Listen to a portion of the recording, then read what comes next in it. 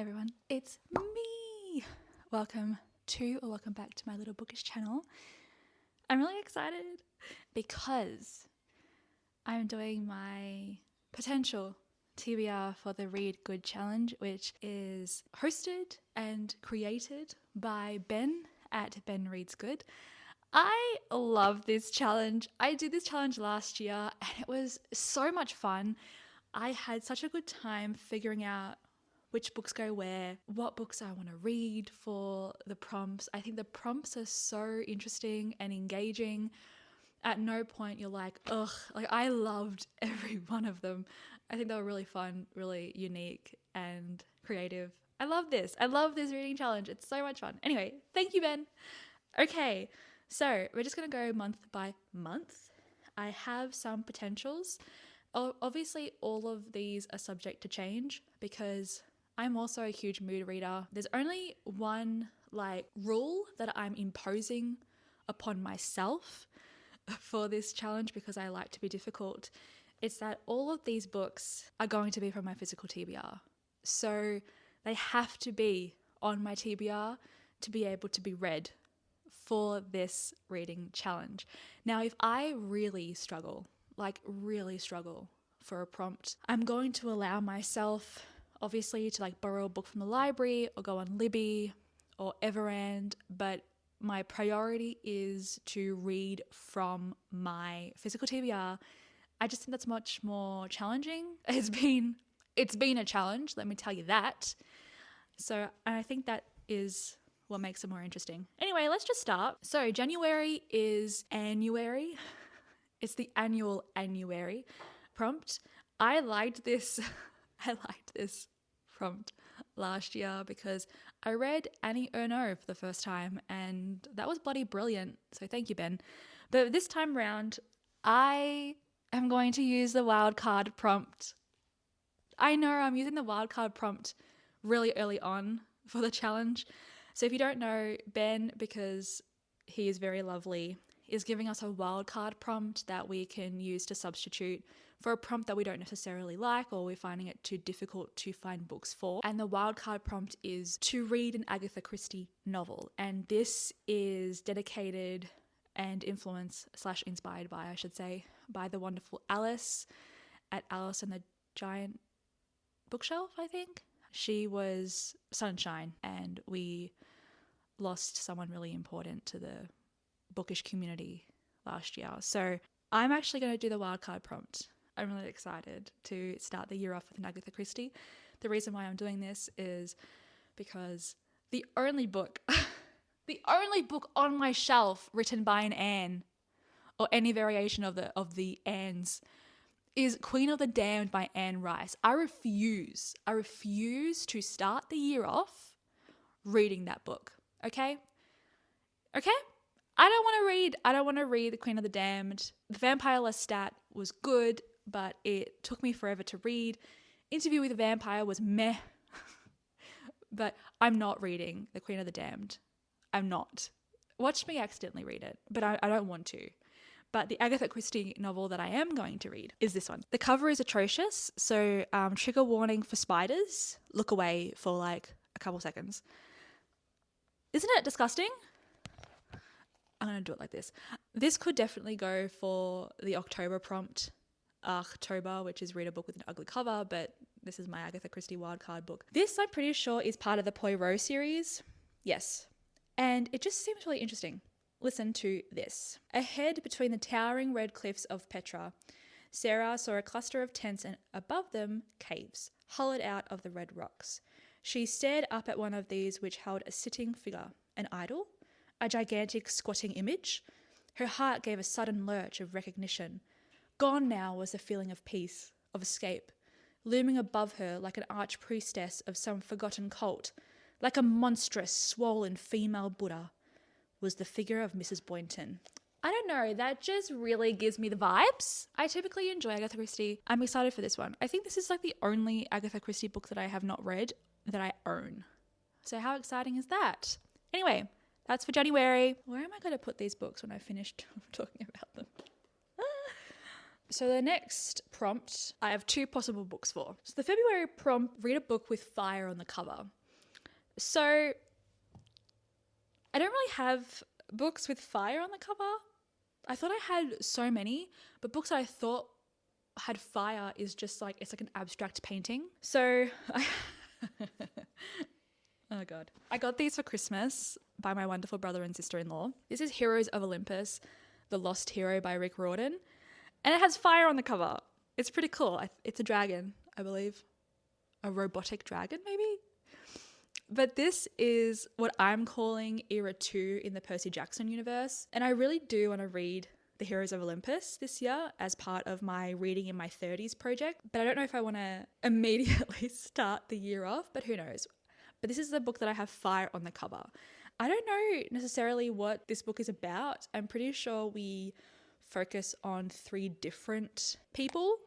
I think Jason is one of them, Piper, Leo. I think that's the main 3 characters. And all it says here is 3 new heroes, 1 missing demigod, and a curse that threatens them all. Rick Riordan knows how to write.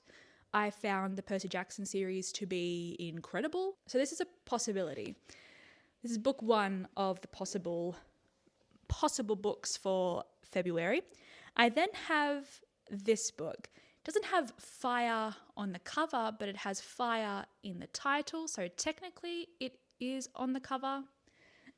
Is that like cheating? I don't know. I'm pretty sure Ben said you could also do fire on the cover if you can't, like fire in the title if you can't find fire on the cover. But I don't know if I'm like dreaming that. Anyway, so this is Camilla Shamsie's Home Fire. I don't know much about this. I found this for $3 at an op shop. It was longlisted for the Booker Prize in 2017. I'm pretty sure it's a retelling of some sort of Greek mythological story, but that's all I really know.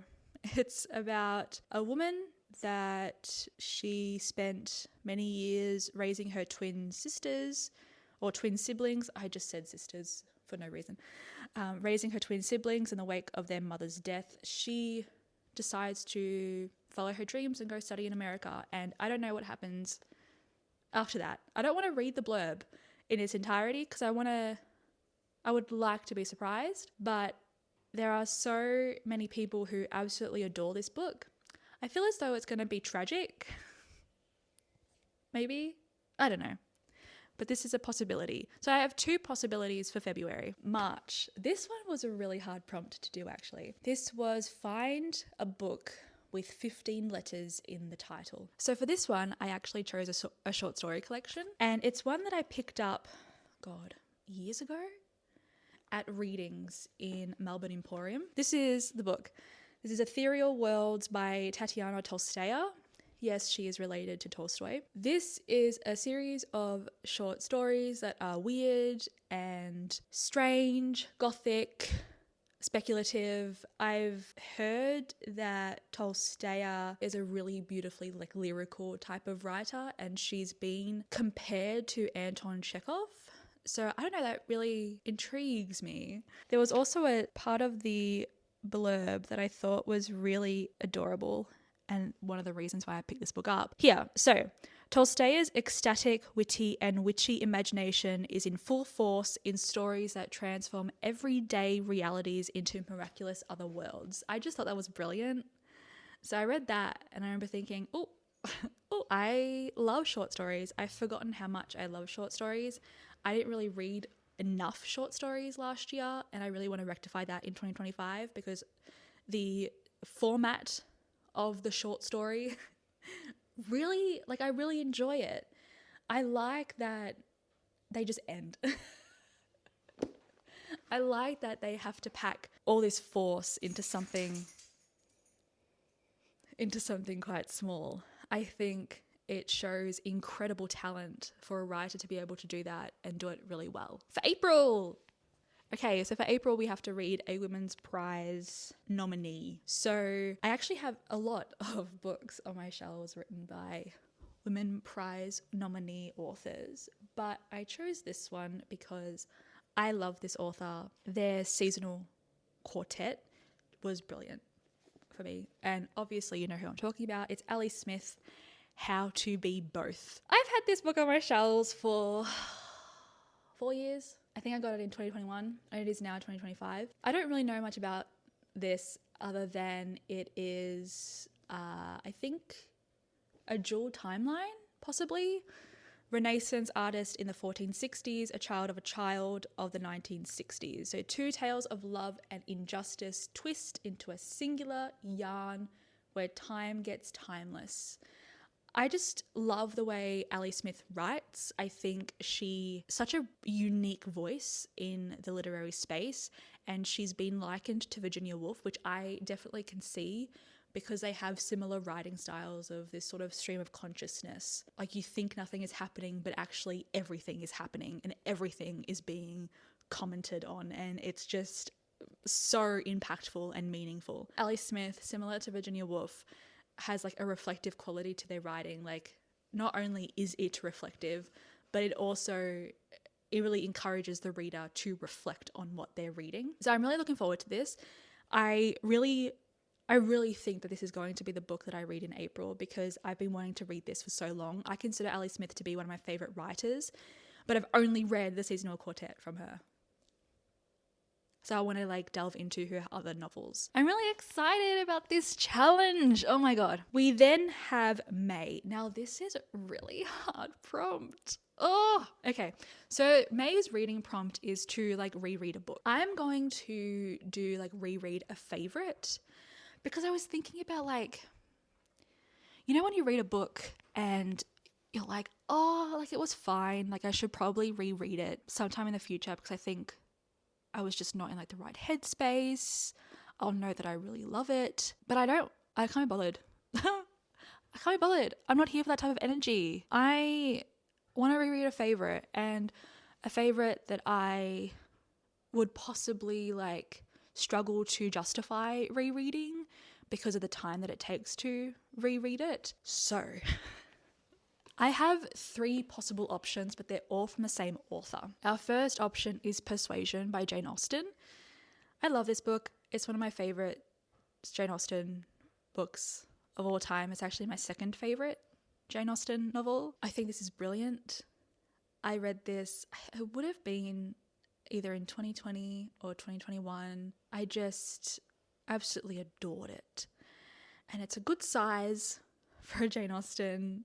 So I would like to revisit Anne Elliot and Captain Wentworth because their story is really beautiful.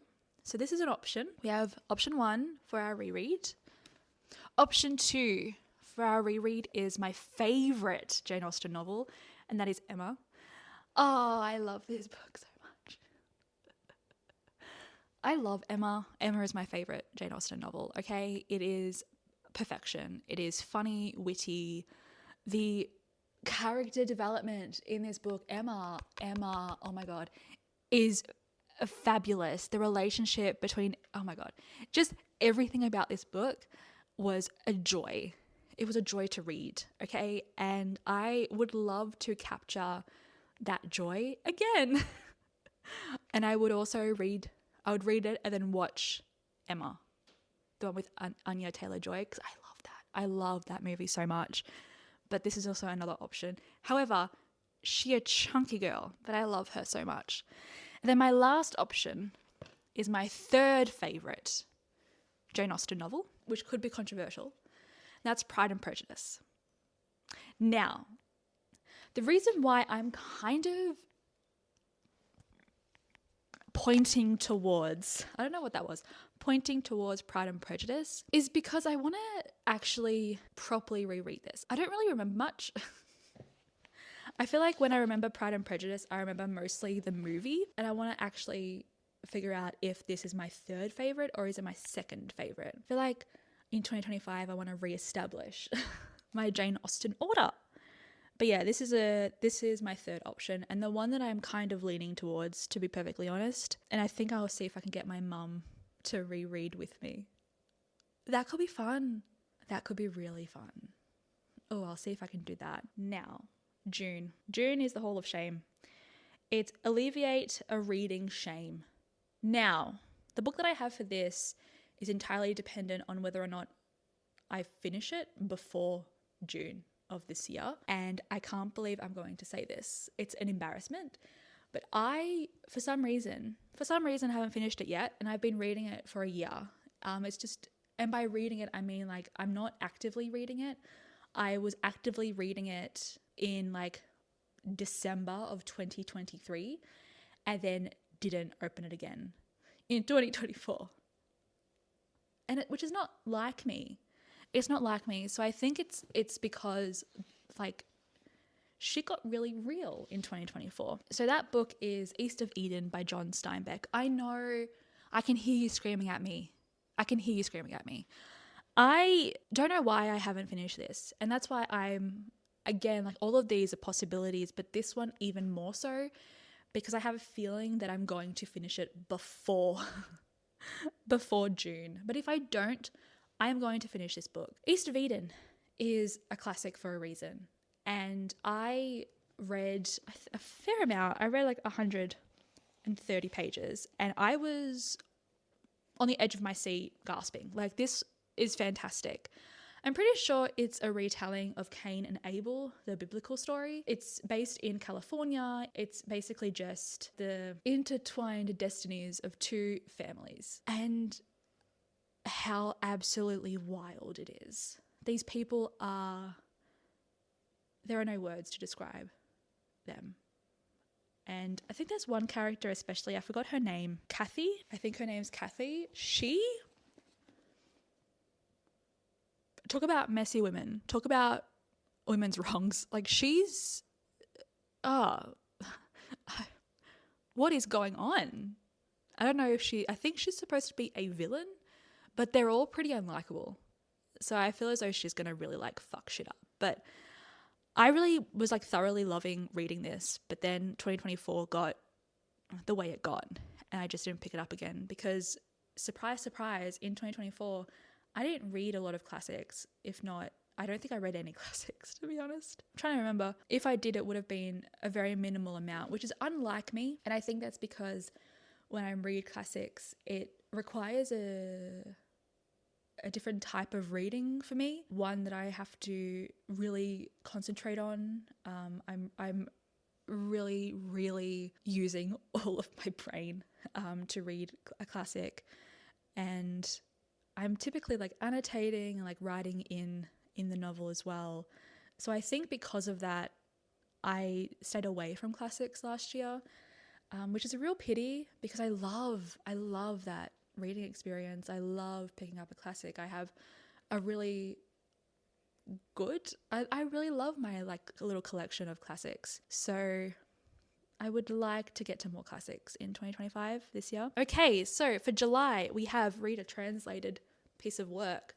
This was really easy for me to choose because I absolutely adore this author. She's one of my favorites, and she is also an incredible short story writer. And that is A Sunny Place for Shady People by Mariana Enriquez, translated from the Spanish by Megan McDowell. I love Mariana Enriquez. I've read all of her books that have been translated into English. I think she's magnificent. I think she's doing really unique, creative, wonderful things. I follow her on Instagram and she's an icon. She just writes really amazing gothic, feminist, subverted, perverted type of terrifying, horrible stories. I don't know if that really recommended it for you, but I love it. Mariana Enriquez, similar to like Otessa Moshfegh and Mona Awad, they don't really care about whether or not you care about the characters that they're writing. That's not the point. The point is to showcase these women in all of their glory. And even if that glory is not necessarily glory, and they're very messy or disgusting or unwell or whatever it is, they are so uncaring of whether they're likable. And I think, again, similar to what I said in my favorites video about Mona Awad, I love that honesty and I love that type of like really raw writing of like, yeah, women can be fucked. We are fucked, right? But we're also incredibly powerful. we're all in our villain eras, you know. Honestly, I feel like 2025 we should be in our villain eras, because we're gonna need to find the power within ourselves, I think. But this is just short stories about ordinary people, especially women, whose lives turned upside down when they encounter terror, the surreal, and the supernatural. It's typically a combination. I think Mariana Enriquez writes the supernatural so well. It's horrifying. If you've read Our Share of Night, then you know how well she writes the supernatural. I am so sorry, I ramble so much. August, we have a book by a booker winner. I was gonna go the Margaret Atwood train, but as we all know, I don't have the best relationship with Margaret Atwood, in that I think the only book that I actually liked was The Handmaid's Tale. Then I've read a few other ones. So, I kind of liked The Testaments. That was a good book, but she's never wowed me, and I want to be wowed by her. So I was going to pick up one of her other books that I have, because I have a bit of a Margaret Atwood collection, but then I was like, no, absolutely not. I'm going to read a book that I've been wanting to read for so long, but I just never pick up. So I feel like this is like the perfect time to read it, right? And there's also an audiobook available of it on Everand. So this is The God of Small Things by Arundhati Roy. My mum read this and she did not like it. But mum and I have slightly different taste in books, whereas I love the type of lyrical writing mum does not. I don't know much about what this book is about, but it's set in India, and I believe it is about childhood, the innocence of childhood, possibly when that innocence is broken. It is about family. I think, is it just a really wonderful study of this family and love and joy, but also of the opposite feelings, you know? I don't know if this is supposed to be a tragedy or anything, but this is possibly, hopefully, what I'm going to read for August, which is my birthday month. So that could be fun. For September, we have Read a Book with a Blue Cover. I think I'm kind of cheating with this as well. I don't know. There is blue on the cover. Okay, I'll just show you. This is Real Life by Brandon Taylor. See, there's blue on the cover and on the back cover. I don't have any other books with blue on them except for another book, but I'm possibly reading that for another prompt. I could read the next book in the Heroes of Olympus as well, because they're pretty blue. We'll see. But this is a possibility. This is Real Life by Brandon Taylor. I've had this book on my shelf since it came out, and I haven't picked it up. Everyone loved it when it came out, for good reason, I'm pretty sure. I have heaps of friends of mine who've read this and loved it and cannot understand why I haven't read it yet. I don't know why. I don't know why I haven't read it, to be perfectly honest. I don't, and it's atrocious. If I get to read it in 2025, I feel like I'll accomplish something. But this is a campus novel, a coming of age about a man named Wallace. And I think it takes place over the course of a summer where just things go catastrophically wrong. And as a result of that, other things happen as well. It is a story exploring sexuality, family, relationships, and race, as well as what it means to be alone and solitude. So I think the vibe that I get is quite meditative, but I don't know if that's the correct vibe. But I would really like to sit down with this. And I feel as though September would be a really good time to read this book, because typically in September I have a period off from teaching because the master's students that I teach go on placement. So I think it would be a really good time to read it when I don't really have anything else to do other than my research work. I think I'll really resonate heavily with this book. So I am really excited. Okay, so for October, we have Read a Book with an Ugly Cover. I don't have anything for this prompt yet because I don't think I really have any books with ugly covers. I mean, I could read Stone Mattress by Margaret Atwood. That's a pretty horrendous yellow. I don't really think I have any other books that are particularly ugly. So I think what I may need to do is go through my classics I feel as though I'll have some really horrible classics, horrible covers of classics. So look out for which book I read for this prompt, because I'm not too sure yet. Now in November, this is another prompt that I'm trying to figure out how I want to approach, and I haven't yet figured it out. Because I'm leaving space. I want to have some prompts that are not necessarily set in stone or even have any sort of possibilities tied to it, because I kind of want to see what 2025 brings to me. But for November, it's read a book outside of your comfort zone. And I think the way that I'm going to approach this is read a book by an author that I'm giving a second chance to. So I would have read one book from them and didn't like it, and then just said, oh, I don't think they're for me, I'm going to kind of stay away. So I think that's how I'm going to approach it. Possibilities for authors? Oh, that's a good question. Colleen Hoover, Zadie Smith. White Teeth was okay, but I did not enjoy it. So Zadie Smith could be one. I think I have a book of hers on my shelf. I could also do Margaret Atwood, honestly, even though that won't be a second chance, that will be the fifth chance, because I just don't really get on with her books. So there's a few options that I have. Again, I will let you know what I actually choose. And then our last prompt for December is just about brothers or brotherhood. And I can't believe I haven't read this book yet. So again, this is most likely subject to change, because I don't know if I can leave this book till December before I read it.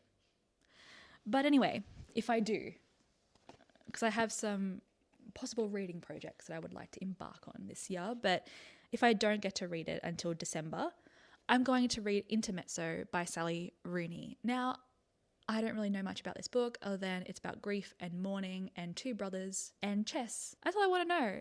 Sally Rooney is an exceptional author to me. She is one of my favorites. I've given all of her books 5 stars because they all, in some various ways, just hit me right in the heart. My favorite Sally Rooney is Beautiful World, Where Are You? I think that was absolutely spectacular, and I read it at the most perfect time.